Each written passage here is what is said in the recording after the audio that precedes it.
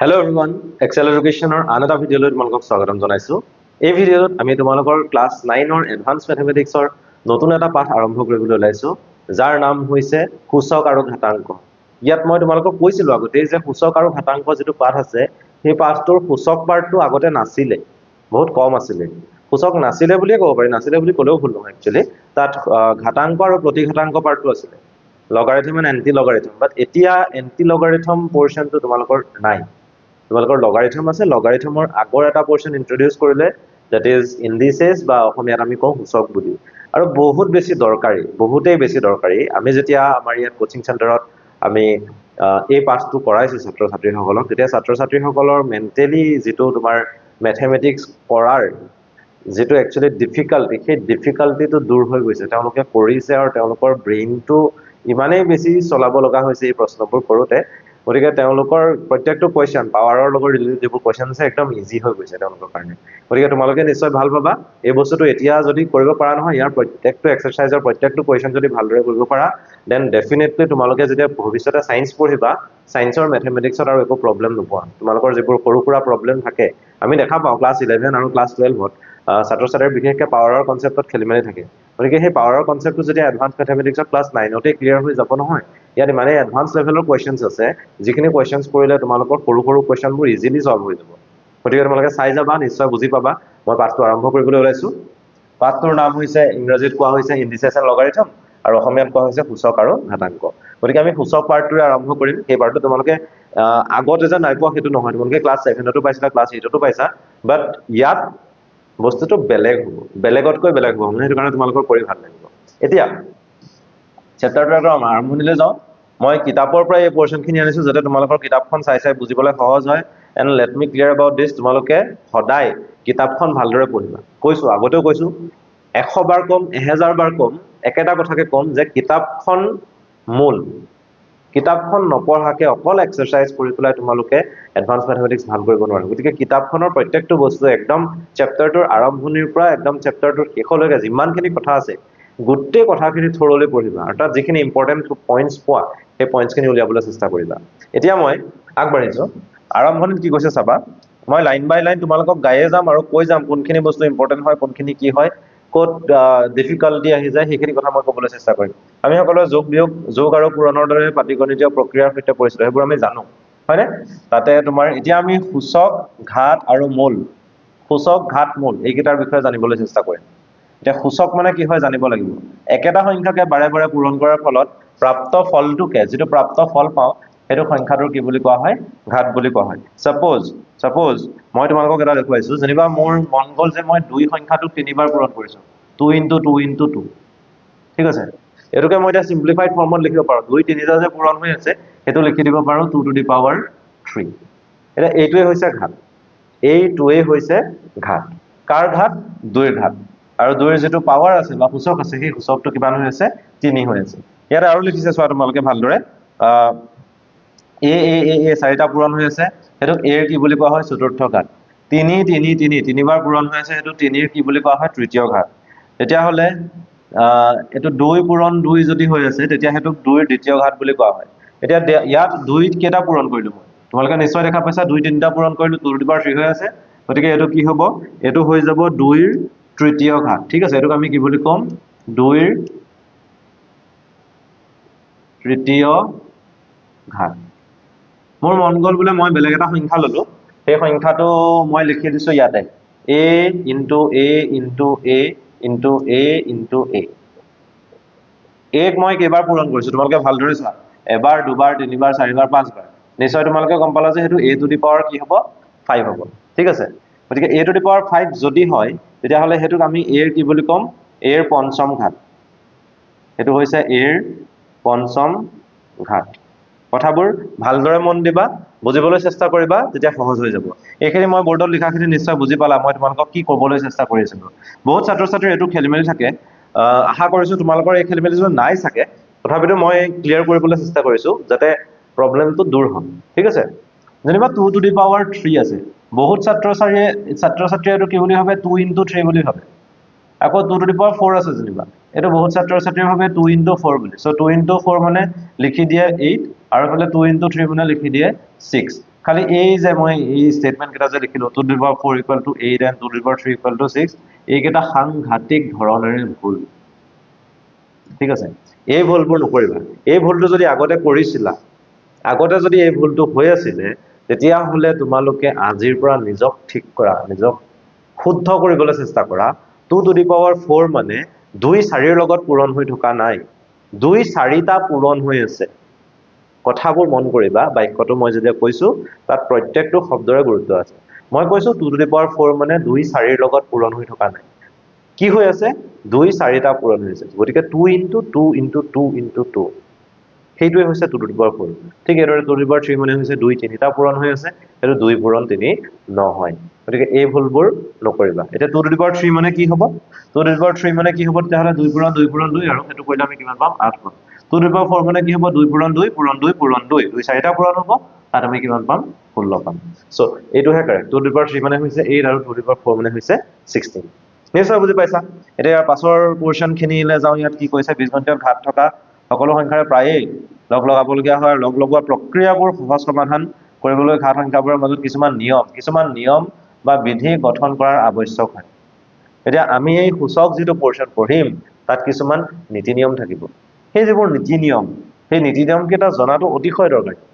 আগতে নীতি নিয়মবোৰ জানিছিলা নীতি নিয়মবোৰৰ নামবোৰ বিশেষকৈ কোৱা হোৱা নাছিলে তোমালোকক বাট এতিয়া কি কৰিছে কোনটো নীতিৰ নাম কি হয় আৰু সেই নীতিটোৱে কি বুজায় ন গোটেই কথাখিনি ডিটেইলছত লিখি থোৱা আছে কিতাপখন চালে তোমালোকে এনেও গম পাবা শিক্ষকৰ সহায়টো ল'ব লাগিবই স্কুলৰ শিক্ষকসকলে সহায় কৰিবই য'ত টিউচন লৈছা অফলাইনত তেওঁলোকে সহায় কৰিবই আৰু আমি আছোই ইউটিউবত আমাৰ চেনেল আছে তোমালোকে জানাই তাৰ উপৰি আমাৰ ৱেবসাইট আছে তাতো তোমালোকে জয়েন কৰিব পাৰা সেইটো কোৱা আছে তোমালোকক প্ৰত্যেকটো ভিডিঅতে কৈ আহিছো গতিকে তোমালোকে সকলোৰে পৰা শিকিবলৈ চেষ্টা কৰিবা অকল বোলে ইউটিউবৰ ভিডিঅ চাইহে শিকিবা এটো নহয় ক্লাছত মন দিবা সেইটো কেতিয়াও নহয় স্কুলৰ শিক্ষকে যি পঢ়ায় ভালদৰে চাবা তেওঁলোকে বহুত ভালকৈ পঢ়ায় তাৰ উপৰি যদি কিবা বুজিব লগা থাকে then you are open to visit any platform যিকোনো প্ল্যাটফৰ্মলৈ যাব পাৰা এতিয়া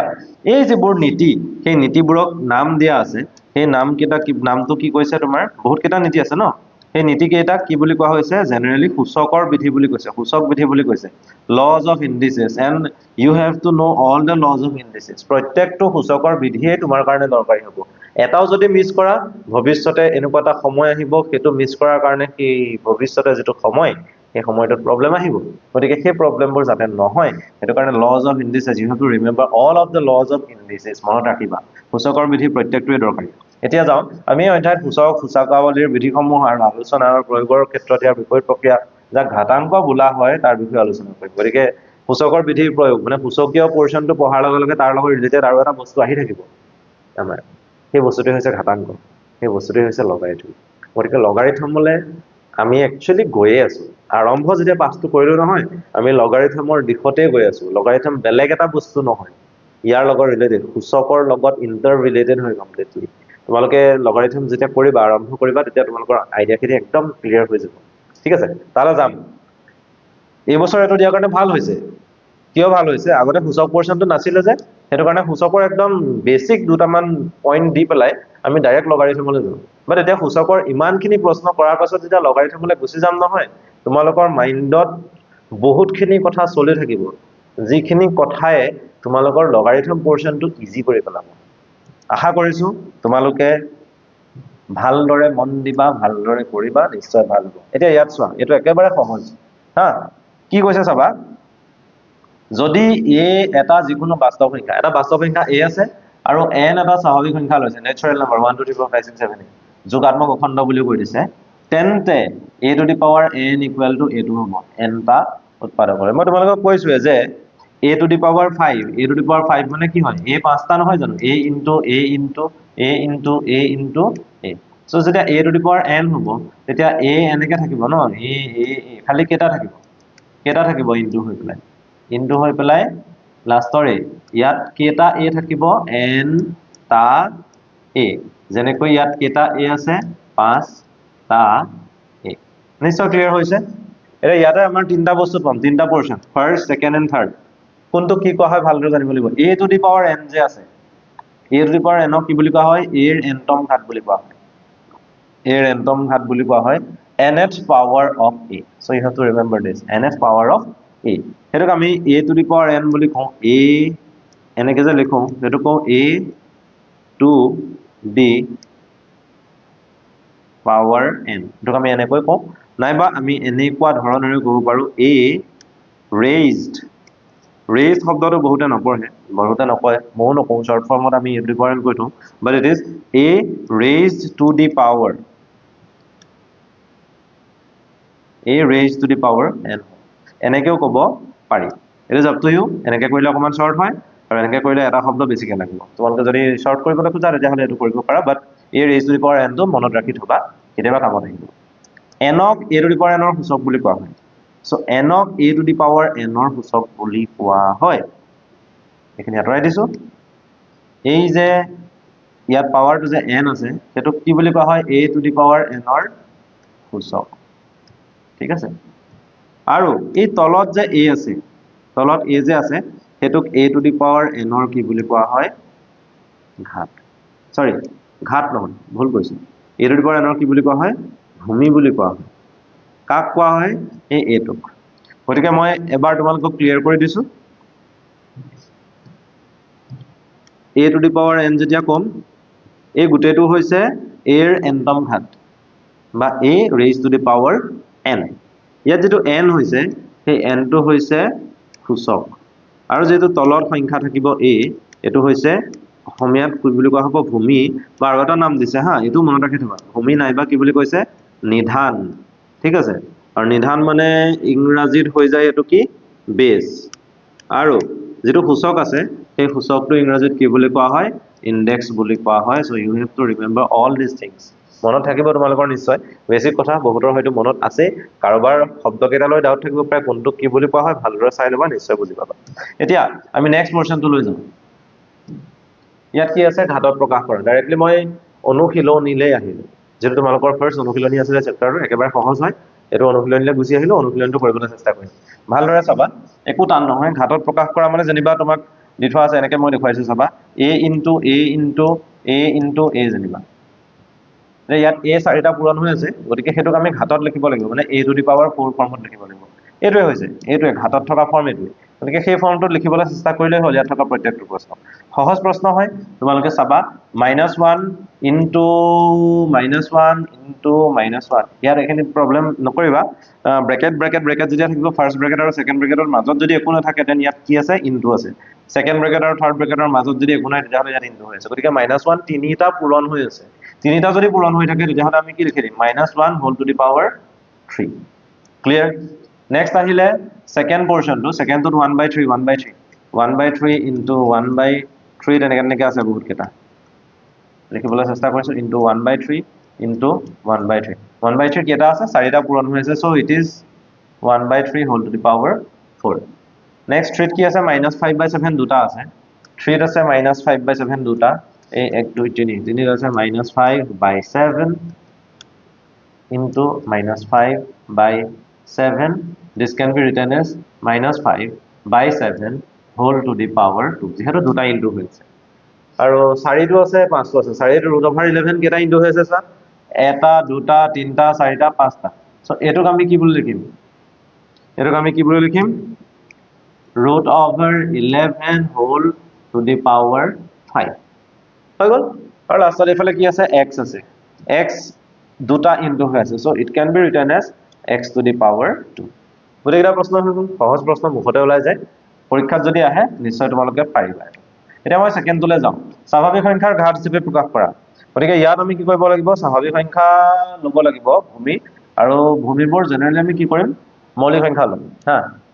মৌলিক সংখ্যা লবলৈ চেষ্টা কৰিম মৌলিক সংখ্যা ললে কি হ'ব কথাটো 16টো যে আছে 16টো আমি ছুটি হৰণ নিয়মেৰে 2 ৰে হৰণ কৰিম 2 8 16 2 4 8 2 2 4 হয়নে গতিকে 16টোক কি লিখি দিম 2 to the power 4 ঘাত হিচাপে প্ৰকাশ কৰিবলৈ কৈছে গতিকে ঘাতত প্ৰকাশ কৰিবই লাগিব নেক্সট 27 আছে 27ক কৰিছোৱা তোমালোকে 27ক 3 ৰে যাব 3 9 27 2 ৰে নাযায় যেহেতু 3 3 9 3 তিনিটা মানে 3 to the power 3 দেন 343 আছে 343 টো তোমালোকৰ সকে মনতে আছে এইটা মনত থাকিব লাগে 1 কিউব 2 কিউব 3 কিউব 4 কিউব তেনেকে মনত থাকিব লাগে 1 কিউব মানে কিমান হয় 1 2 কিউব মানে কিমান হয় 8 3 কিউব মানে কিমান হয় 27 4 কিউব মানে কিমান হয়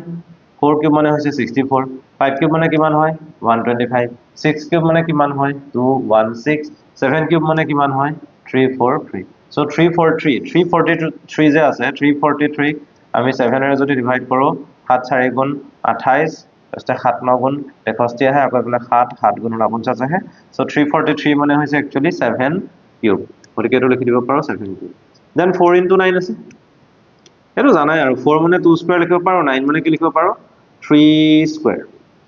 আৰু 625 625 কি বুলি লিখিম 625 আছে 625 ক 25 into 25 হয় 25 ত 5 দুটা থাকে গতিকে এটো আহি যাব 5 raised to the power 4 নিশ্চয় তোমালোকৰ ক্লিয়াৰ হৈছে এখিনি প্ৰবলেম নাই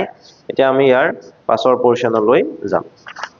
পাছত আৰু এটা কোৱেশ্চন আছে সেই কোৱেশ্চনটো কৰিম সেই কোৱেশ্চনটো কৰিলে তোমালোকৰ ফাৰ্স্ট এক্সাৰসাইজটো প্ৰায় শেষে হৈ যাব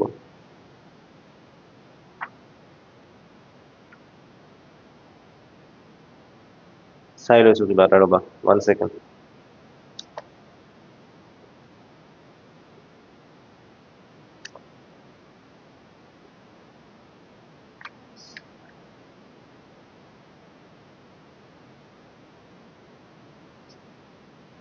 next আহিলে sorry cancel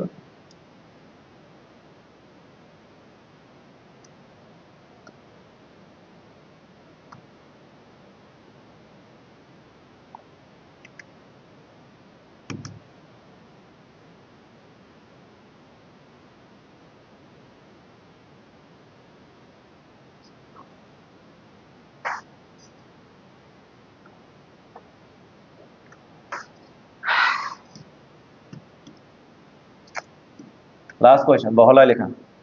আচ্ছা বহলাই লিখাটো একো ডাঙৰ কথা নহয় আগতে মানে বহলাই লিখি থোৱা আছে যে তাৰ পৰা ঘাতলৈ নিছিলো এতিয়া ঘাতত দি থোৱা আছে বহলাই লিখিব লাগে very easy -8 whole to the power 5 আছে তো -8 কেটা পূৰণ হৈ আছে পাঁচটা গতিকে -8 into -8 into -8 into -8 into -8 হৈ গল তেনেকৈ লিখিলেই হ'ল খালি নিগেটিভ সাইন থাকিলে তোমালোকে সেই ব্ৰেকেটটো দিবলৈ নাপাহৰিবা ব্ৰেকেট দিলে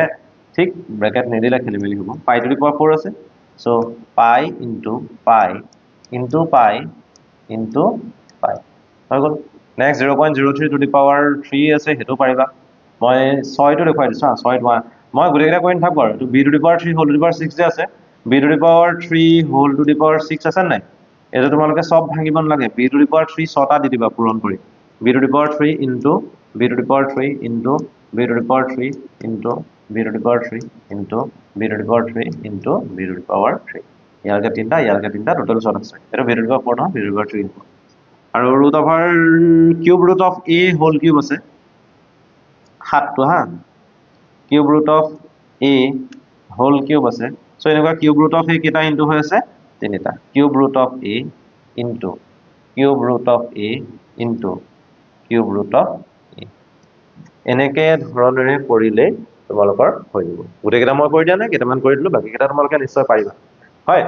গতিকে আজিৰ চেপ্টাৰটোৰ ইমানখিনি কৰিলো যেটো ফাৰ্স্ট এক্সাৰসাইজ আছিল ফাৰ্স্ট এক্সাৰসাইজটো কমপ্লিট কৰিলো প্লাস তাৰ উপৰিও এক্সাৰসাইজটোৰ আগত যি কনসেপ্টছ আছিল বেসিক কনসেপ্টছ সেখিনি তোমালোকক দিবলৈ চেষ্টা কৰিলো যদিও এটো একেবাৰে প্ৰিলিমিনাৰী হয় ইয়াৰ পাছৰ এক্সাৰসাইজটোলৈকে তোমালোকে বহুতখিনি লজ পাই যাবা লজ অফ ইন্ডিসেস বুলি যিখিনি কোৱা হৈছে সূচকৰ বিধি সেইখিনি পাবা গতিকে সেইখিনিত গুৰুত্ব দিব লাগিব ইয়াৰ পাছৰ যেটো ক্লাস হ'ব হেতু বহুত বেছি গুৰুত্বপূৰ্ণ হ'ব আৰু সেই ক্লাসটো তোমালোকে মিছ নকৰিবা যদি মিছ নকৰা তেতিয়াহলে বহুত ভাল কথা তাত বহুত সৰু কথা থাকিব যিখিনি মই তোমালোকৰ লগত ডিসকাস কৰিম আৰু সেইখিনি জানিলেহে কিন্তু তোমালোকে